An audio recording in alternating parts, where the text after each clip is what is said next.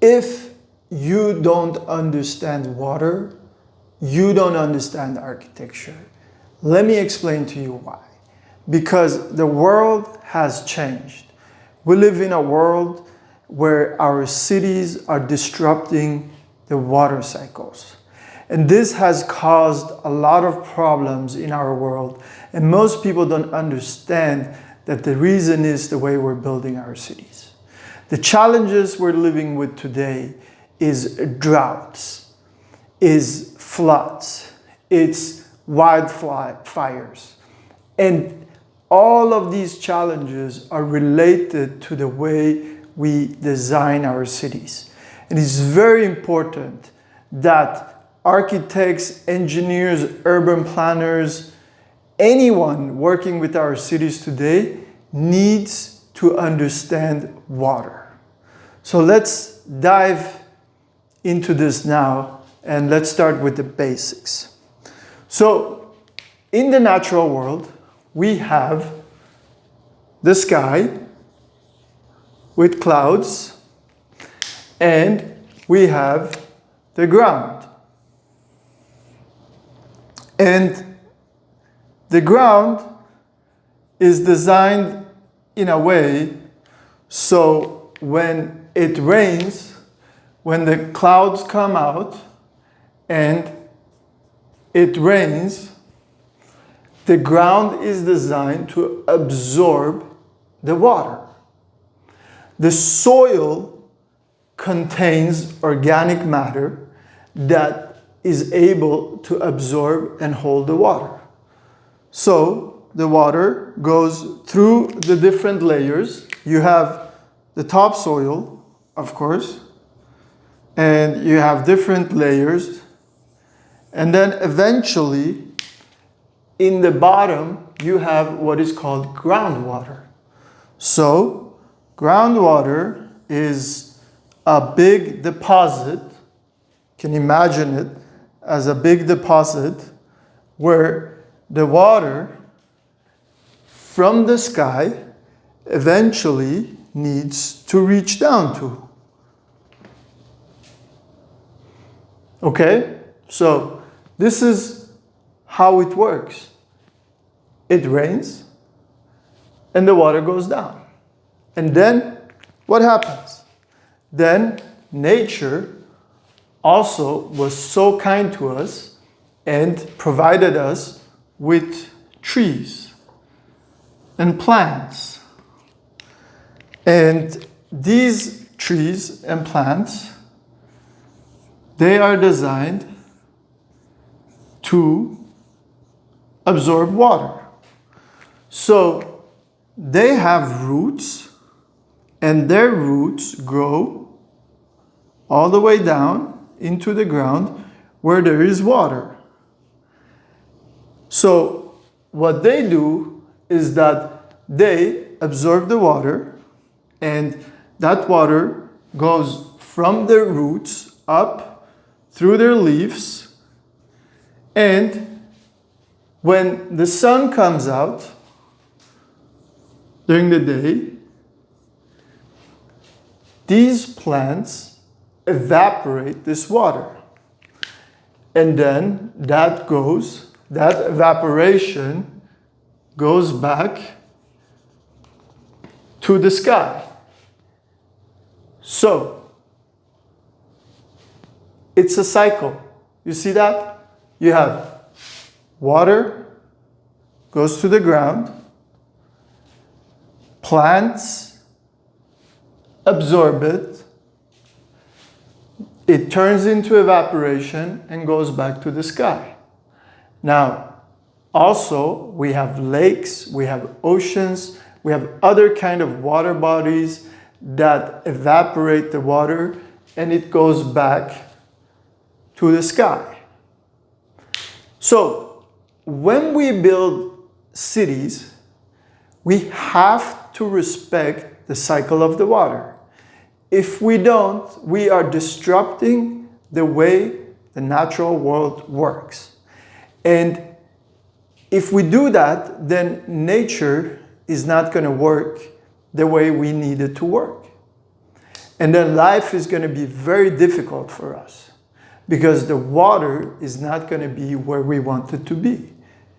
So what we do is that we come as humans and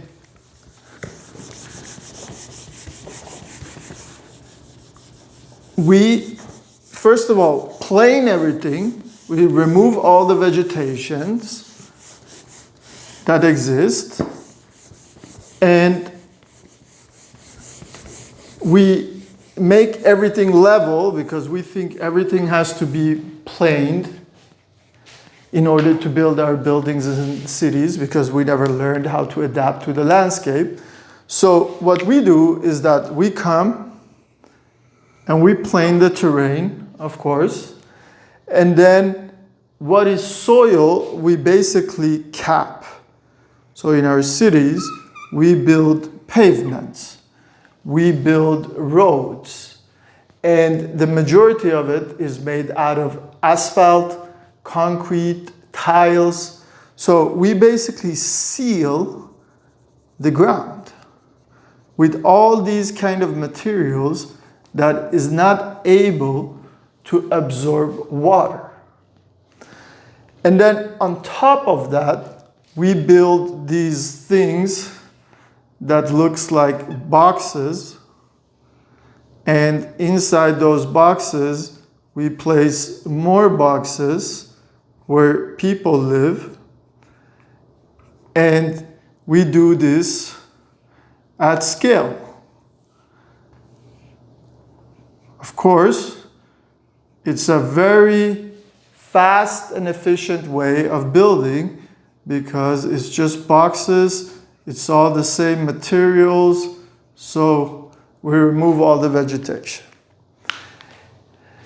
So then we need to do something about water, because if we have too much water on our ground, then it's not going to be good for our buildings, for our cities. So what do? We go ahead and we build drainage systems. So we build drainage systems that take the water from the city and channel it away, and our buildings are also connected to these. So all our buildings connect to these, and our streets are connected to these. And so when it rains, the water can go somewhere, right? It makes sense that you need to get rid of it. So here comes the rainy season, and our streets make sure that when the water piles up here, it's able to go into the sewage system. And it's designed in a way to flush the water away as fast as possible. So what do? We send it to the ocean. We send it to water bodies. Now, this is salt water, and it's not drinkable.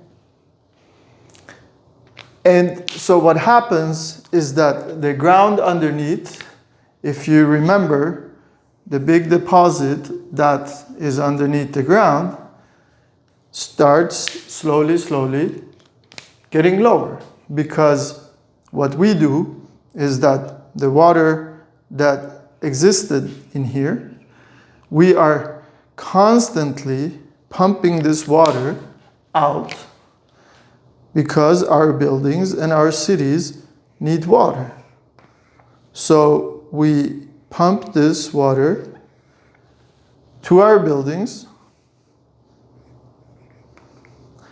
and we do that in such a fast pace that the groundwater is not able to refill, right? So this water just gets lower and lower every year, because now when it rains, the water that hits the ground of cities doesn't reach here. It goes out to the ocean. So we lose that water. And that makes no sense. So if we want our cities to work with the cycle of the water, we have to understand how to build cities that are able to absorb water. Because if you design a city with materials that are able to absorb water, then you won't really have this problem. And you can do it. There are concrete that can absorb water. There are pavements that can absorb water. So it's not that we have to change everything completely. We just need to use the right kind of materials. So as well, green areas absorb water. So instead of building all these dense buildings, we can instead create areas where the water is able to penetrate. We can create water bodies. So when it rains, we can have the water coming into the water table where it belongs. So we can turn our buildings as well green. We can place green roofs on them. We can also make the walls green.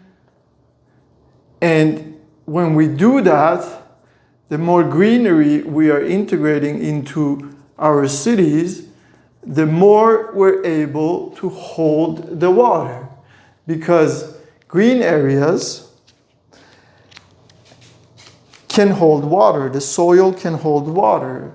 The plants and trees that goes into the natural world is designed in a way to hold water. So the more green areas we create, the more we can absorb the water. Because right now, when it rains, the water just floods away. And because now floods are happening, that rain is coming in more frequently than before, a lot of cities' sewage system is not even able to cope with that anymore because it's designed, it's old. So actually what happens is that our cities flood because we get more frequent rain than we were used to in certain period of the year.